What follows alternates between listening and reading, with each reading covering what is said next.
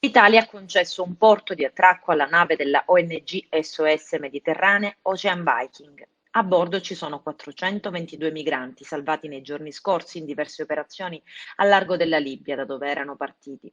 La Ocean Viking ha ottenuto il via libera ad attraccare nel porto di Augusta, in provincia di Siracusa. È arrivata ieri e sono in corso le operazioni di trasbordo sulla nave quarantena Rhapsody per le persone a bordo, ad eccezione dei minori non accompagnati. 8 passeggeri sono risultati positivi al Covid-19. Ieri mattina era stata già evacuata con un elicottero di Malta una giovane donna incinta che aveva bisogno di urgenti cure mediche.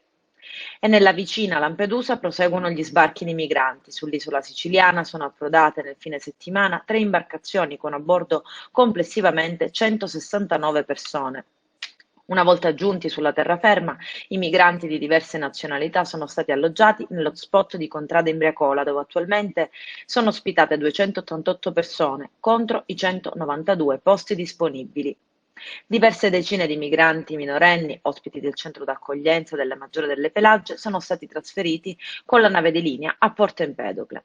Il sindaco di Lampedusa Totò Martello afferma: il tema dei migranti deve essere al centro dell'agenda politica del governo, che dovrebbe finalmente valutare di sottoscrivere il Global Compact for Migration, ovvero il documento delle Nazioni Unite per una migrazione regolare, ordinata e sicura, e sostenere direttamente i territori di confine impegnati in prima linea nell'emergenza umanitaria.